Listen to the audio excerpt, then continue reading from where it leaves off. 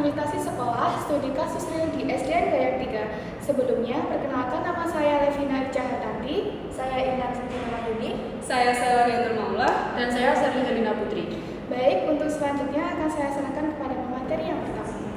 Oke, jadi yang pertama saya akan menjelaskan tentang bab 1 di pendahuluan, yaitu di latar belakang. Jadi di SDN Gayam 3 dipilih sebagai sekolah putra karena memiliki sistem administrasi yang baik, lingkungan belajar yang kondusif, serta tenaga pendidik yang profesional. Kemudian sekolah juga memiliki dokumen administrasi yang lengkap dan terbuka terhadap kegiatan observasi mahasiswa. Selain itu, anggota kelompok kami juga telah melaksanakan PLP di sekolah tersebut sehingga lebih memahami kondisi sekolah. Kemudian ada juga profil singkat sekolah, nama sekolah SDN Gayam 3 Kota Kediri, NPSN 20533492, jumlah siswa 175 siswa, jumlah guru 12 orang. Kemudian visinya mewujudkan generasi yang beriman, berakhlak mulia, terampil dan tanggap teknologi. Kemudian ada tujuan audit. Yang pertama, menilai kesesuaian administrasi sekolah dengan regulasi yang berlaku. Yang kedua, mengetahui efektivitas dan efisiensi pengelolaan sekolah. Yang ketiga, mengidentifikasi kelemahan dalam administrasi. Yang keempat, memberikan rekomendasi perbaikan. Kemudian ada juga manfaat audit. Yang pertama itu meningkatkan transparansi dan akuntabilitas. Yang kedua, menjadi dasar evaluasi sekolah. Yang ketiga, mendukung peningkatan mutu pendidikan. Baik, yang selanjutnya akan dilanjutkan oleh rekan saya. Baik, untuk yang selanjutnya mengenai kajian teori. Nah, landasan regulasi audit administrasi sekolah mengacu pada yang pertama, Undang-Undang Nomor 20 Tahun 2003 tentang Sistem Pendidikan Nasional. Yang kedua, Peraturan Perundang-undangan Nomor 57 Tahun 2021 tentang Standar Nasional Pendidikan. Yang ketiga, Kemendikbudristek Nomor 22 Tahun 2023 tentang Standar Sarana dan Prasarana. Yang keempat, Permendikbudristek Nomor 47 Tahun 2023 tentang Standar Pengelolaan. Dan yang kelima, Permendikbudristek Nomor 63 Tahun 2022 tentang Pengelolaan Dana BOS. Nah, pengertian administrasi sekolah merupakan proses perencanaan, pengorganisasian, pelaksanaan, pengawasan dan evaluasi seluruh sumber daya pendidikan agar tujuan pendidikan dapat tercapai secara efektif dan efisien. Nah, selanjutnya indikator efektivitas administrasi. Yang pertama, ketepatan pengelolaan data. Yang kedua, efisiensi pelayanan administrasi. Yang ketiga, transparansi dan akuntabilitas.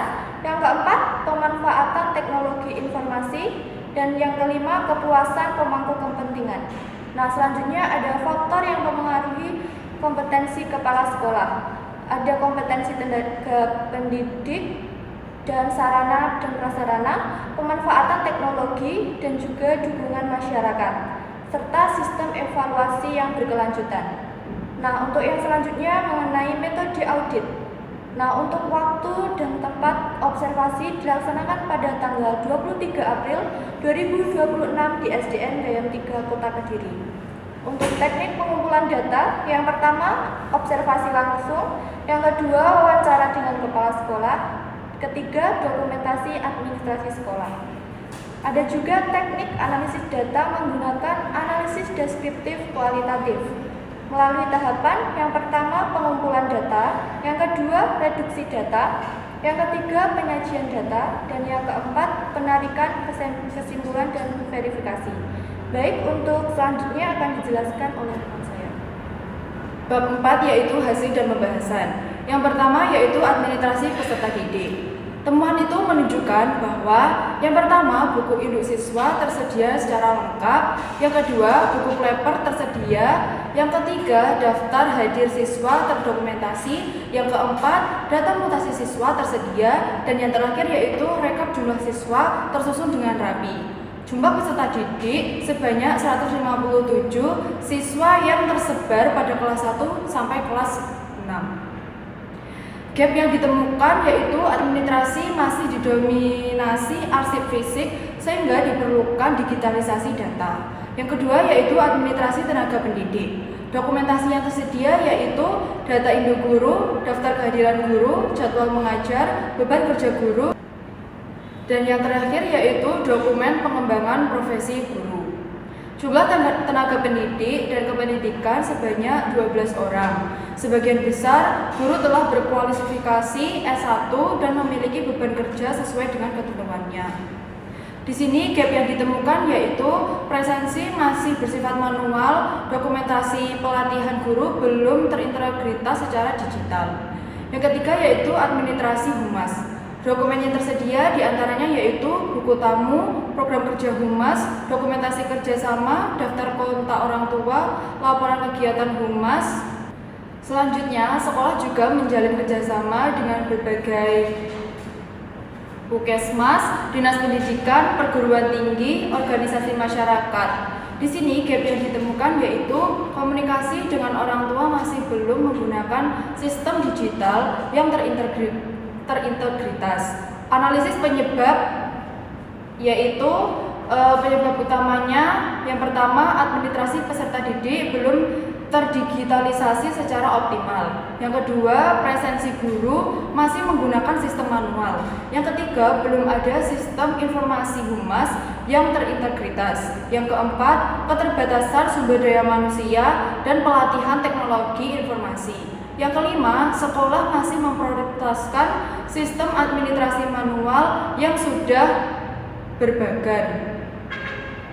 Jadi secara singkat pembahasannya yaitu secara umum administrasi peserta didik, tenaga pendidik, dan humas sudah berjalan baik karena dokumen tersedia lengkap, namun pemanfaatan teknologi informasi masih perlu ditingkatkan agar administrasi menjadi lebih efektif, efisien, transparan, dan akuntabel. Baik, yang selanjutnya yaitu bab 5, rekomendasi dan solusi. Solusi jangka pendek yang pertama, perbaikan sistem arsip. Jadi dengan menggunakan pengelompokan warna map arsip. Selanjutnya penomoran indeks dokumen dan penataan ruang penyimpanan yang aman. Dan yang kedua, digitalisasi sederhana dengan menggunakan Google Drive, menggunakan Google Sheet untuk data siswa dan guru.